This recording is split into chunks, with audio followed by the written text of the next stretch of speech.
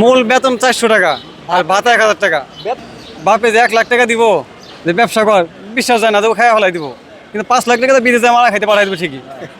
ভাই মেলা কষ্টের টাকা, বাপে কৃষি কাজ করে সেই কষ্ট করে টাকা কামাই দিছে, কিন্তু এখন ওই যে কালকের অবস্থা দেখে আমরা গেছিল নিন্দা সুপার মার্কেটে, সবারই একটা পুরো ভাগ দিয়ে দিছে। আমার ভাই 5,05,000 টাকা দিছে। 4,70,000 টাকা সে তারা নিছে, এরপরে আরো খরচ আছে 50-60-70,000 টাকা।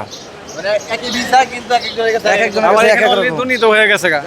আমাদের বলছে যে 1400 রিয়াল বেতন প্লাস 200 টাকা আছে। এখন যখন কালকে কন্ট্রাক্ট ফর্ম দিল, ওইখানে দেখি যে 1400 টাকা লেখা ঠিকই আছে, ওইখানে আবার একটু ভাগ আছে। 400 টাকা হলো আমার মূল বেতন, বেসিক স্যালারি 400 টাকা, আর 1000 টাকা হলো ভাতা।